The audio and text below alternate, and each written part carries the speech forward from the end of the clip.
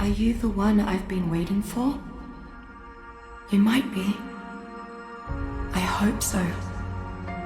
It's been so many cycles since I was her. Do I even still remember Hope? I wasn't sure you'd ever turn up. The odds just kept getting longer. I guess I've been losing faith, while they've been gaining power. You have to reach me. Everything depends on your survival. Master this world. Make allies of its many creatures. Grow your strength and skill. Explore this place like I did so long ago. Put the pieces together and find me, survivor. You may be the only one who can. はい、どうもしんです。本日もアークサバイバルエボルブドをやっていきます。本日はですね、アークストーリー第1章、アークバックストーリーアイランド編をお送りいたします。アークのストーリーマップには、その名の通りストーリーがございまして、以前、序書としてストーリーの全体像の解説をさせていただきました。こちらもアークストーリー理解する上で、一度ご確認いただければ、よりアークをお楽しみいただけるかと思います。今回からは各ストーリーマップごとのストーリーをキャラクターごとにまとめさせていただいてご紹介していこうかと思います。第1弾はアイランド編。アークストーリーのスタート地点にも位置するものになりますので、ぜひお楽しみいただければと思います。普段ですね、アークについてトラップであったり、建築動画、冒険動画、ニュース速報的な情報発信であったり、チュートリアルなどもお送りしておりますので、ちょっとでも面白かったよとか、役に立ったよとかございましたら、ぜひ高評価、チャンネル登録よろしくお願いいたします。あと、Twitter の方でも随時情報共有や配信投稿情報、動画で使った資料の配布、リクエストや相談も受け付けておりますので、Twitter の方でもフォローよろしくお願いいたします。では、本編どうぞ。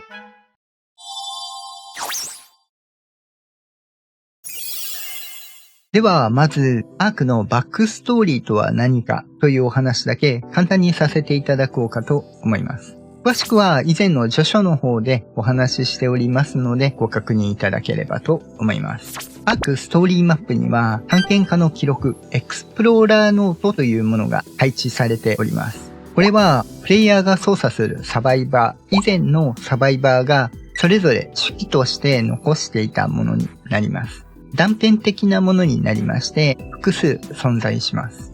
こちらを集めていただいて内容を読み解くことで各キャラクターごとのストーリーを確認できるというものになっております。今回のご案内は要約したものになっておりますので、ぜひご自身の手でも集めていただいて内容をご確認いただければと思います。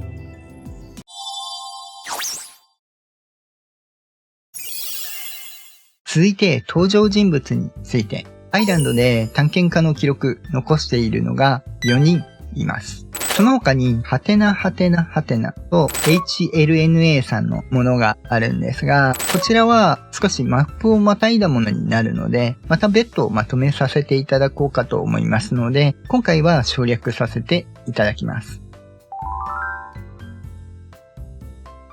まずはヘレナ・ウォーカー。ヘレナは生物の調査所の記入者でもありまして、2008年頃のオーストラリアの生物学者のようでございます。記録は英語で書かれておりまして、この箱に入っております。一番有名なキャラクターでもございまして、パッケージにも記載されております女性でございます。ストーリーとして主役にあたる位置づけということになります。続いて、ガイウス・マルケルス・ネルバ。こちらはローマ時代、ローマの100人隊長になります。記録はラテン語で記載されておりまして、こちらの箱に入っております。続いて、サー・エドモンド・ロクウェル。ロックウェルは消耗品やキブルのレシピでもご確認いただける名前になるんですが、マインドワイプトニックなどいろんな料理のレシピを作ったキャラクターです。ロックウェルは19世紀のロンドン出身の科学者のようでございます。記録は筆記体英語で記載されておりまして、こちらの箱に入っております。続いて、メイ・イン・リー。メイ・インは中国黄巾の乱後の三国志の時代の武将のようでございます。彼女の記録は中国語で書かれておりまして、こちらの箱に入っております。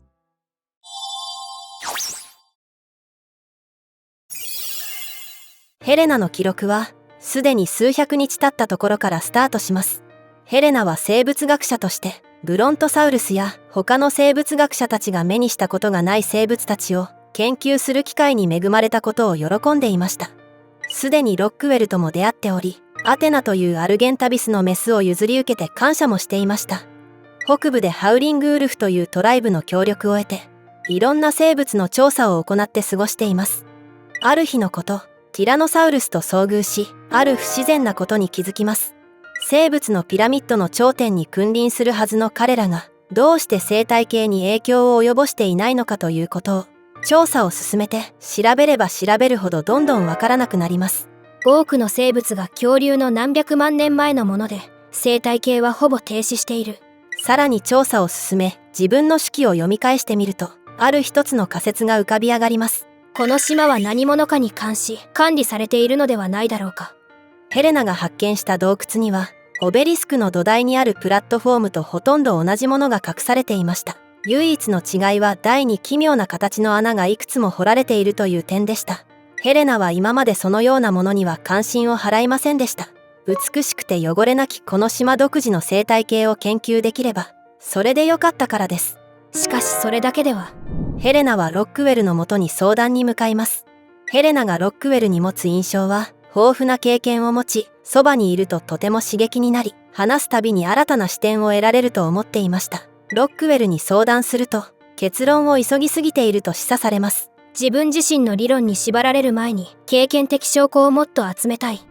ロックウェルの勧めで、海洋生物の調査を行うため南に向かうことにします。紹介されたペイントシャークスというトライブの手を借り、メガロドンの調査を始めます。調査を進めると驚くことばかりでした。繁殖行動について、妊娠期間がたったの1週間でした。さらに驚くことに、彼らはいとも簡単に手なずけることができました。少しの訓練で飼い犬よりも従順になります。さらにはありえない光景を目にします。巨大なカンガルーの群れです。彼らは恐竜が絶滅した6000万年後に誕生した有袋動物から、オーストラリアで進化を遂げた生物。彼らもまたここに存在しているはずはない。ヘレナは割と最近まで、この場所は世界の失われた謎を解き明かすことができる、遥か彼方の理想郷だと思っていました。しかし今となっては、この場所は明らかに不自然で、かつての希望は失われてしまいました。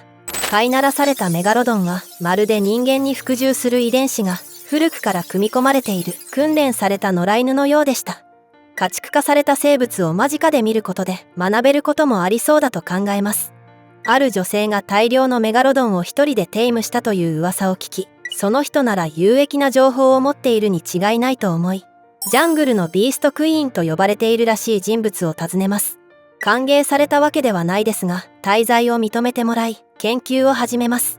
日々を過ごす中、彼女の名がメイリン・リーだと教えてもらいます。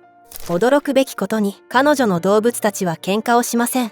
本能を抑えることができる動物は稀で、これだけ多様性があれば何らかの争いは起きるものです。さらには草食動物の群れも軍団に加えており、彼らが肉食動物に囲まれても攻撃されません。どういうことだ？名銀の野営地で書き残したことを読み返してみると、この島の動物は人に慣れているだけでなく、囚われることにまるで抵抗がないようです。彼らは驚くべき速さで成長するが、その習性を見る限りでは少なくとも何十年もかけて定期的に訓練を受け、飼いならされてきたようでした。そう考えてみると、この島が誰かの監督下にあるという仮説にも真実味が帯びてくる。野生動物を単に管理しているだけでなく、遺伝子を操作して新たな種を作り出している可能性もある。ある噂話の真偽を検証するため、島の北東沿岸部を訪れます。これは決定的証拠だ。間違いない。この島が肉食動物だけで構成されているなんて明らかに不自然だ。草食動物と比較して肉食動物の肉には有害な寄生虫が存在する可能性がはるかに高い。肉食動物同士で食い合ったとして島の大きさや生息密度からして彼らが生存できる環境ではありません。誰かが何らかの目的で管理しているとしか思えない。再度ロックウェルの元を訪れます。この仮説をロックウェルは否定できませんでした。しかしそれを認めたわけでもなく無関心のようでした。彼は島のオベリスクに興味を持っていました。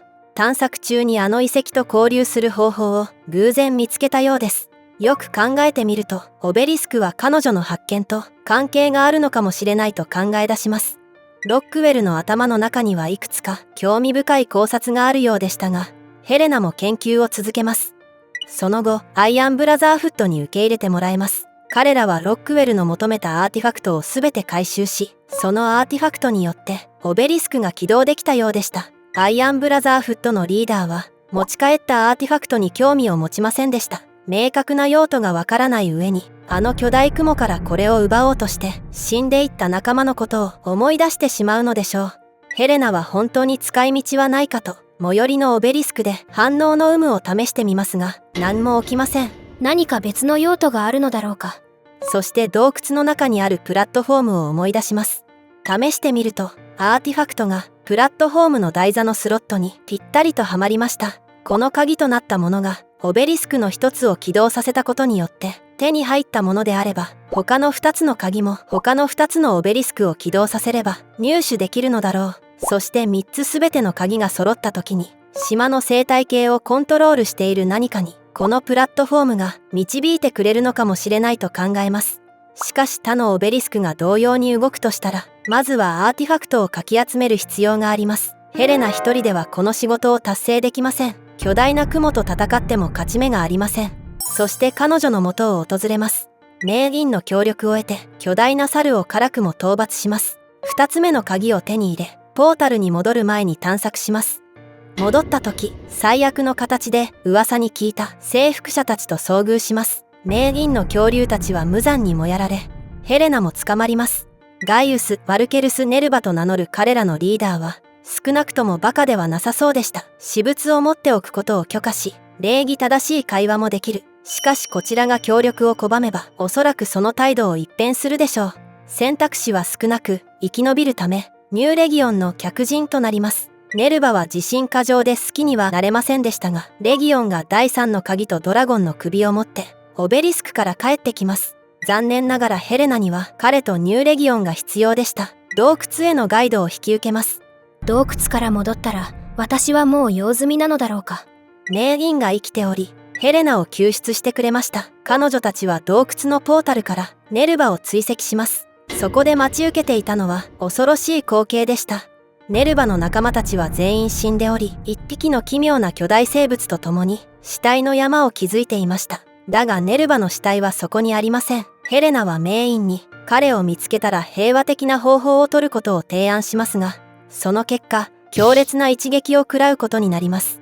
目覚めたヘレナはステーション全体を調べますが名銀とネルバの血痕が少し見つかっただけで死体はありません。傷者もいません。しかし驚くべきものを目にすることになります。ヘレナは宇宙ステーションのようなところにいたのでした。だが窓から外を見た時それ以上に驚くことに気づきます。ヘレナはずっとその宇宙ステーションの中にいたのです。窓の外に浮いている機械に囲まれているその場所こそがヘレナたちが住んでいた島でした。そこもやはり未知の惑星の遥か上空の軌道上にありました。その島の生態系は管理されていただけではなく完全にゼロから作られたものでした。それにしても誰が何のためにこんなものを作ったのだろうか。今のところ何の手がかりも見つかっていない。だが必ず見つけてみせる。必ず真実を見つけてみせる。と記録は終了します。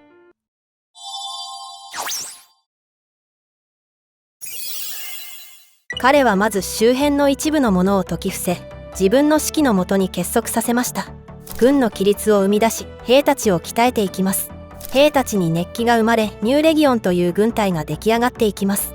そして進軍を開始し撃破し砦から物資を奪いその後徹底的に焼き尽くし、灰の中に己の旗を立てました。我々がニューレギオンだ。ブラックサムスとの激闘の中、この世界の武器銃にも慣れていき、多くの戦術戦略を駆使し、ブラックサムスも壊滅させます。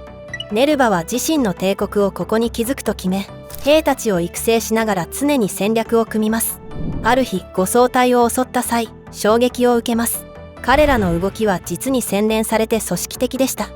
気づけば護送隊は消えており、探し回ってもライダーが一人いただけでした。彼女は誰だ？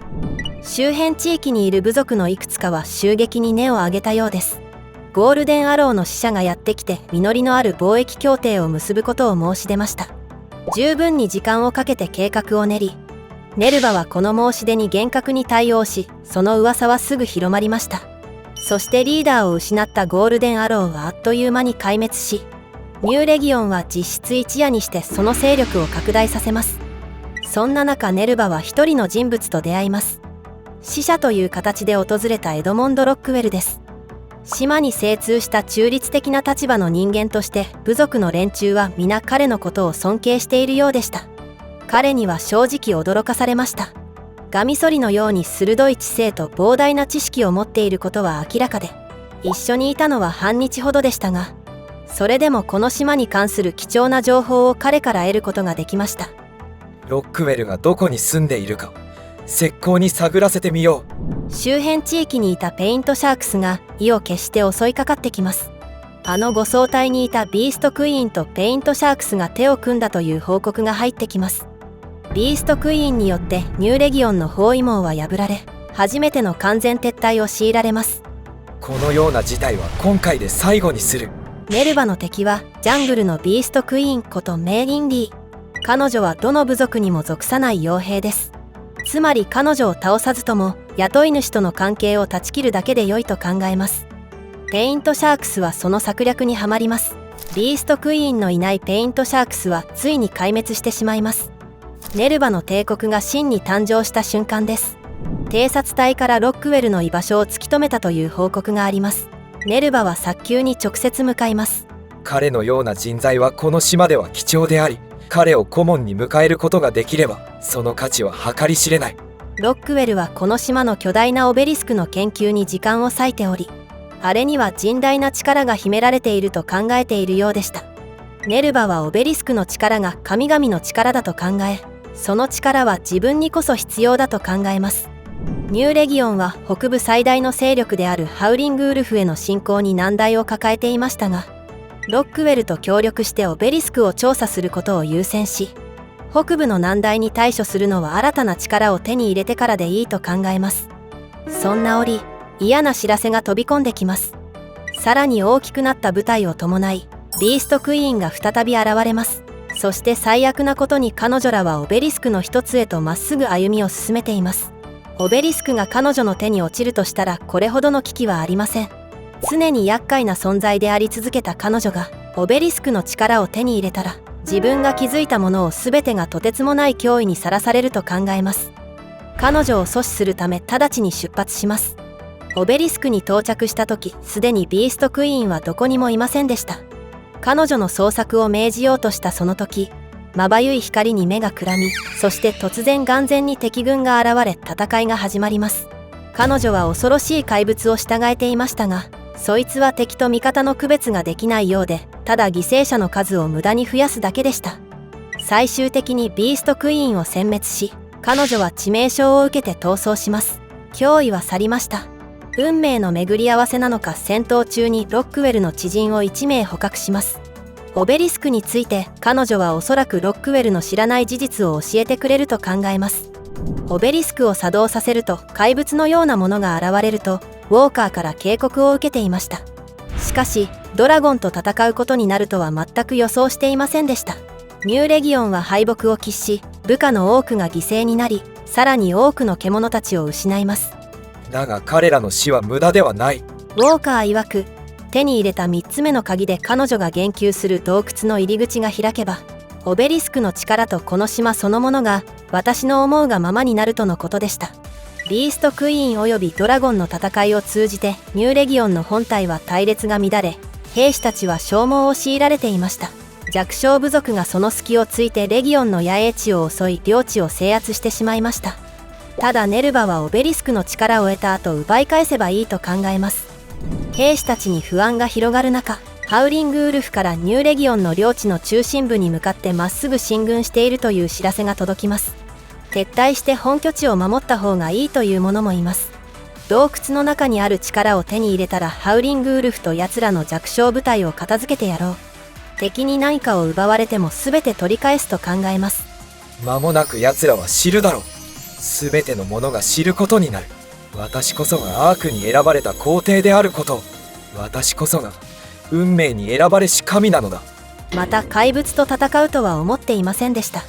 しかもあれほどの強敵と。しかしネルバは勝利します。部下と獣たちはやられましたがネルバは生きています。ロックウェルですらこんな場所は見たことないと言っています。間違いない。ここは神々が集う広間だ。オベリスクの力がここで真の使い手を待っているのだ。その力があれば兵士も獣も必要ない。その力があればそれだけでこの島が私のものになるだろう。私がやるべきことはただそれを発見して本来の所有者として手に入れるだけだ。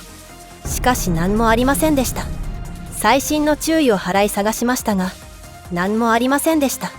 仲間を、王国を、全てを犠牲にし与えられたものは何もありません。私は騙されたのか。この場所は一体何なんだ。私はただの駒なのか。わからない。皇帝には忠実に仕えた。ここには何もないのにヤヌスはなぜ私を引き離したのだ。答えを求め叫んでも神々からの返答はありません。そして聞こえるのは裏切り、貧窮、孤独という自分自身の呪詛の声だけでした。と記録は終了します。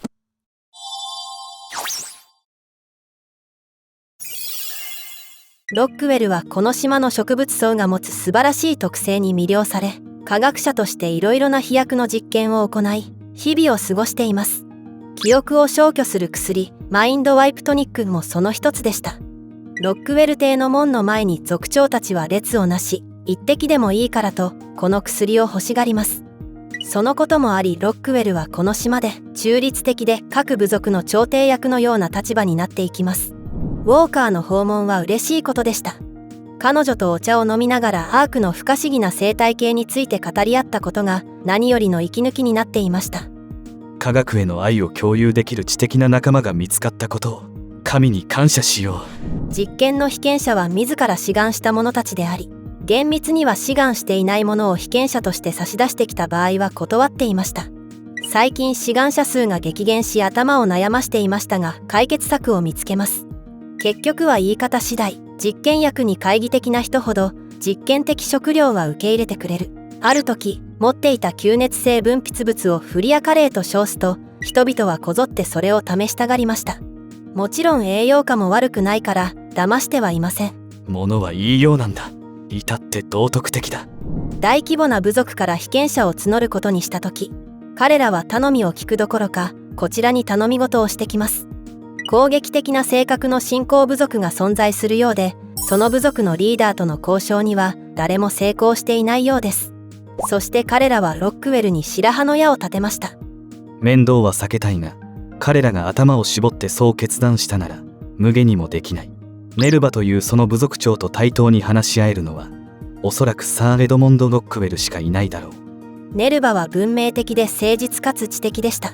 長時間の会話の後ではこの島の政治を担うのは彼以外にいないと思わざるを得ないと感じます。ロックウェルは苛立っていました。トライブのリーダーたちは実験の中で結果的に長所が多いのに負の側面ばかりに注目する。今はロックウェルの実験への参加を禁じているようでした。馬鹿げている。奴らに人類の進歩を邪魔する権利はない。ロックウェルは研究所を離れて短期休暇を取ることにします。助手のイザベルの提案です。休みの間に冒険をしてみようと思い洞窟探検に出かけます。素晴らしい。実に素晴らしい。ロックウェルは遠く離れた北部の洞窟で素晴らしい発見をします。この発見が具体的に何を意味するのかは不明でしたが、その分研究のしがいがあると喜びます。大発見だ。私の仮説は正しかった。オベリスクの麓にある小さな演壇とアーティファクトは間違いなく近い関係にある。アーティファクトと浮遊しているオベリスクの様式が類似している。これらは間違いなく同じ文化によって同時代に作られたもののようです。しかしロックウェルの考古学知識を用いてオベリスクについて研究できることはもう何もないようでした。この島のどこかにさらなるアーティファクトが眠っている可能性はありましたが、アークの大洞窟を一人で探すのは厳しい。アルキメデスに乗って島を何日も探索します。ようやく理想とする冒険家たちと巡り合えます。アイアンブラザーフットと呼ばれる北西の部族は自分たちの手でアーティファクトを3つ集めていました。アイアンブラザーフットはアーティファクトと交換に何か新しい発見があればすぐ知らせることを約束してくれました。なんてことだ。被験者数は増えたものの、私の研究に対する情熱が消えてしまった。オベリスクやアーティファクトについてならいくらでも熱意を注げましたが、自分でも説明できない何かにロックウェルは引きつけられていました。またウォーカーが訪ねてきました。ヘレナはロックウェルの持論を深くまで理解してくれる唯一の存在です。しかしオベリスクのことで頭がいっぱいで、彼女の意見にもう少し聞く耳を持つべきだったと反省をします。今やっている実験が終わったらウォーカーには参加してもらうようにお願いし、アイアンブラザーフットの進捗を確認しに行こうと考えていました。そんな折ネルバが訪れます。彼は信頼性のある助言の代わりに被験者の提供を約束し、オベリスクの調査について共通の興味を示してくれたのでした。熟慮した末、ネルバに協力することにします。ネルバはビーストクイーンを探しているようで、彼女がオベリスクに向かっているのではないかと考えているようでした。なんてことだ。驚きで開いた口が塞がらない。ウォーカーは無断で野蛮な女と共にオベリスクの調査をしていました。秘密裏にオベリスクの謎を解き明かそうとしていたのか。なんて女だ。傲慢にも程がある。あれほど敬意と礼儀を持って接したというのに。この島に来る前なら瞬間移動など途方もないほら話として笑い飛ばしていたでしょう。しかしオベリスクの下にある奇妙な台はそれを実現可能にしてくれるようでした。移動した先にはドラゴンがいました。ネルバと彼の部下たちは勇敢に戦いました。しかしロックウェルにはそんなことは大した問題ではありません。一瞬で地球の裏側に行けるとしたらそれがどれほどすごいことか。オベリスクが秘める可能性の中でそれはほんの一つに過ぎないと考え、研究を進めたいと考えます。オベリスクを調査する時間がほとんどないまま、ネルバはウォーカーが言及したあの洞窟へと出発することにします。私より彼女の方が詳しいとネルバは思っているのか。オベリスクの謎を解くのはウォーカーでもネルバでもなく私なのだ。ロックウェルはこれほど素晴らしいものを見たのは人生で初めてだと喜びます。これほど荘厳なものを目にできるのであれば私だったらいくらでも仲間を生贄にするだろう。ここは美しい金属で作られています。オベリスクに使われている金属に似ていましたが、それよりももっと活力があるようでした。この金属に関する情報をもっと集める必要があります。ここにあるコンソールを調べれば有用な情報が見つかるかもしれないと考えます。私の持つ科学的知識程度でも専門用語を使ってうまくごまかせば彼らから何か情報を得られるだろう。と記録は終了します。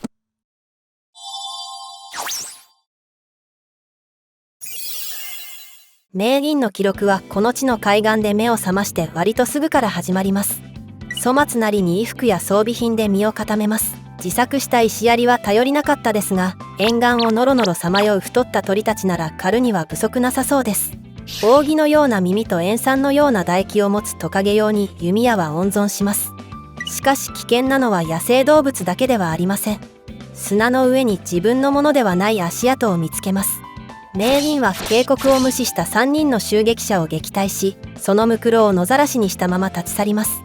砂浜は開けているため守りには適しません。名銀は生き残るために勇気を出して森に入ることにします。名銀は小さな村にたどり着きます。しかし残念なことにその村は巨大なトカゲを乗り回し、火を放つ杖を操る一人の男から攻撃を受けていました。虐殺行為を許してはおけない。不意打ちとは戦士にとって最も強力な武器。最初の矢がトカゲの喉を貫きます。そして振り落とされた男の背中に矢の雨を浴びせ続けます。誰に倒されたのかすら知ることなく、男は息絶えます。生き残った村人たちは情報と一晩の宿を提供してくれました。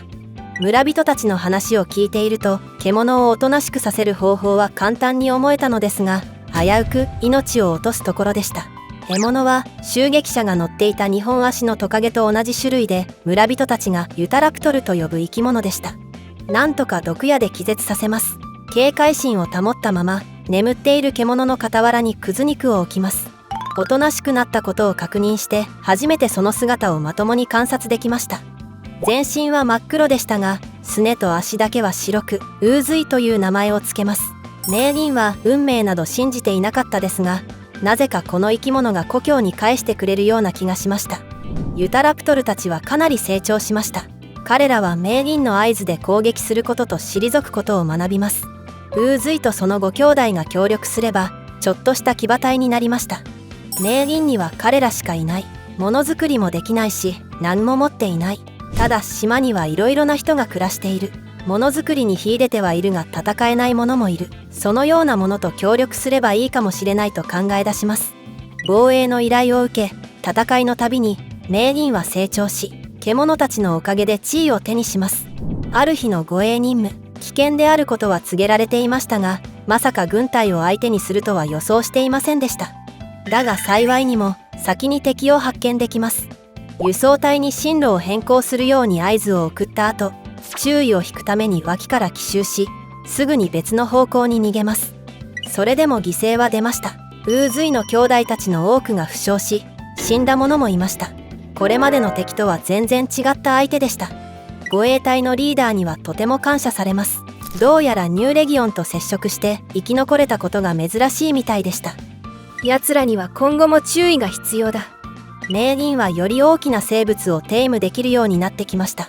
騎兵隊のスピードは有用ですが、同時に不十分であることにも気づきます。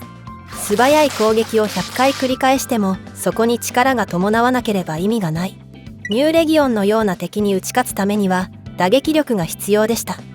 額に角がついた巨大なユタラプトルのような奴らを目標にします。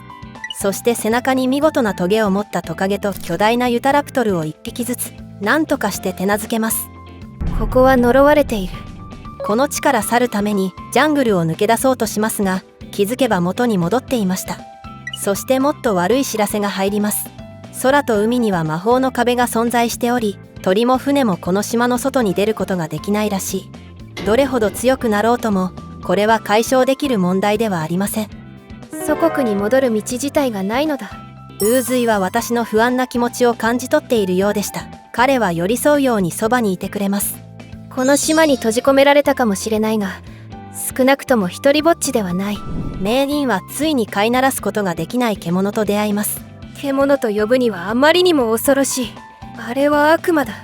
2頭の巨大ユタラプトルを追っている時、奴が木々の中から現れました。ユタラプトルでさえ小さく見えるほどの大きさで、それと張り合えるものは存在しないと思える恐ろしさでした。ユタラプトルに噛まれたその悪魔は怒りで目を輝かせ、凄まじい反撃を加えます。これほどの恐怖は感じたことは未だにない。この化け物を相手にしたくない。奴はデーモンキングだ。ある日、ヘレナという女性が訪ねてきました。目的は名人の獣たちを見たいと言ってきました。彼女はこの島の生物を研究している学者とのことでした。最初は信頼できなかったので断っていましたが、それでも引き下がらない彼女の熱意に結局は折れてしまいます。ヘレナは常に変な質問をしてくる。獣たちの排泄や交配について学んで何になる。本当に変わった人だ。ヘレナが現れてから名人は彼女の視線を追ってばかりいましたが、今は会話中を除いて彼女を特に気にすることもなくなります。彼女からの質問は尽きないですが、普通の話をする時もあります。例えば料理とか。2人とも上手とは言えないが、力を合わせれば肉を単体で食べるよりはマシなものを何品か作れるようになりました。今回の戦争はただの戦争ではありません。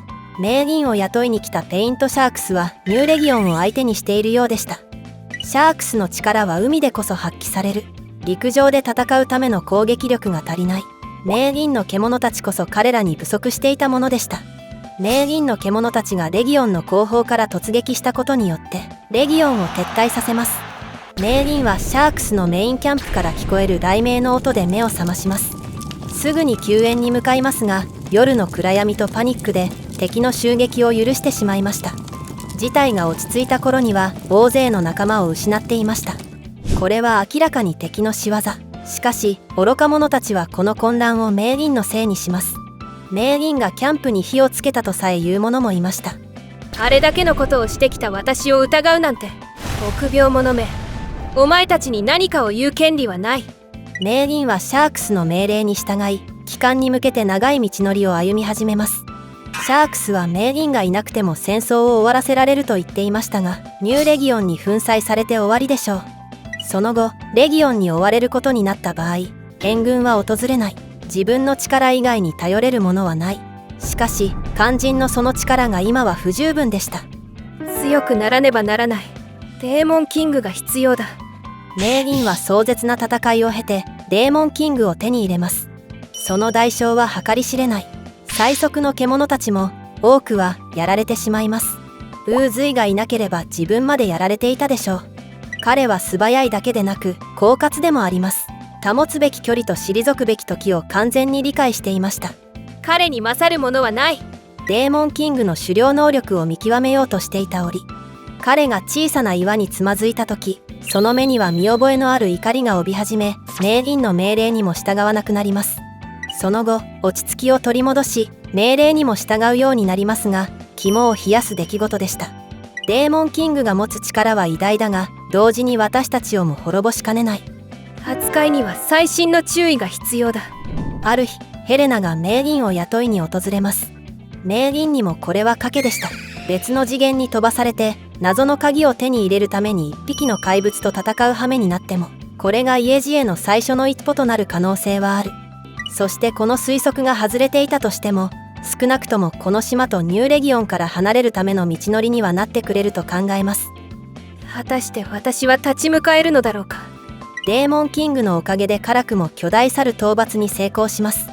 相応の代償がありましたが、それは希望の代償でした。もらった鍵はヘレナが持っていたものと一致しました。第3の柱が第3の鍵を導くということに間違いはなさそうです。それを組み合わせると何が起きるのか不確かでしたが、その力で私たちはどこにでも行けるようになるのだろうか。もしかしたら故郷に帰れるかもしれない。光の柱に戻ってきた直後、襲撃を受けます。メイリンはかけがえのない獣たちを失います。そして撤退を開始する前に、デーモンキングは怒りのあまり手がつけられなくなります。それは絶望を意味しました。最後に覚えていることは、横っ腹に感じた鋭い痛みでした。目覚めるとそこにはメイリンとウーズイしかいません。どちらも血まみれでしたが、ウーズイの方が傷は深そうでした。私の味方はウーズイだけだ。そして生き延びる希望はわずかしかない。メイリンは親愛なる友を失います。最後まで彼は堂々としていました。彼が眠りについた地に彼を埋葬します。最後の最後まで彼に救われてしまった。仇は必ず撃つ。相手は獣ではなくニューレギオンだ。奴らの手によって友は死んだ。先祖の魂に誓ってリーダーを探し出し、心臓をえぐり出してやる。ウーズイの名のもとに首をもらいに行くぞ。予想通りニューレギオンは最後の光の柱を狙っていました。メイリンはずっと後をつけています。直接対決するには敵の数が多すぎるため、ずっと潜み機会を伺います。リーダーを矢で撃てば済む話かもしれないが、死ぬ前にビーストクイーンに倒されたことを知らしめたいと考えていました。洞窟のポータルに入る前に捕まっていたヘレナを檻から解放します。しかし彼女はこの世界の謎に関心がありすぎました。レギオンのほとんどの兵士が死んだことを知ると、リーダーを殺そうとするメイリンを止めてきます。彼女に危害を加えるのは不本意でしたが、ひとまず気絶してもらいます。しかし彼女からネルバという名前は得られました。それにしてもなんと美しい場所だ。見事な星空も見える。これほど復讐に適したところはない。さあ、天と地の境界でこの戦いに終止符を打とうではないか。ネルバはメイリンに何度か切りつけられた後、暗闇の中に逃げ込みます。しかし彼が深手を負っていることは間違いない。血は嘘をつかない。この司令部は常識をはるかに逸脱した技術を用いて作られたようでした。遠くにはいくつか世界が見えます。一つは間違いなく今まで自分がいた場所でした。世界がこれ以上にたくさん存在しているのはもはや疑いようがありません。卑劣なネルバは死から逃げ切ることに成功したようでした。どこにいたとしても必ず見つけ出してみせる。司令部の奥の方にあるプラットフォームにターミナルがあります。どうやら決められたコードを入力すれば他の世界に移動することができるようでした。だがやめておく。そんなことをすればビーストクイーンの餌食になる敵が増えるだけだ。と記録は終了します。Is this what happiness felt like? Love? No. This is more like pride. Yes, that's it. I'm proud of you, Survivor. You've accomplished what few have. You've ascended. I once did too, when I was her. Helena. She was an explorer too. And like you, she traveled the arcs and discovered their secrets. You're following in her footsteps. Keep going. Discover what became of Helena and her friends. Survive the many challenges ahead, and you'll find me here waiting for you. Together, we may yet be able to save our world.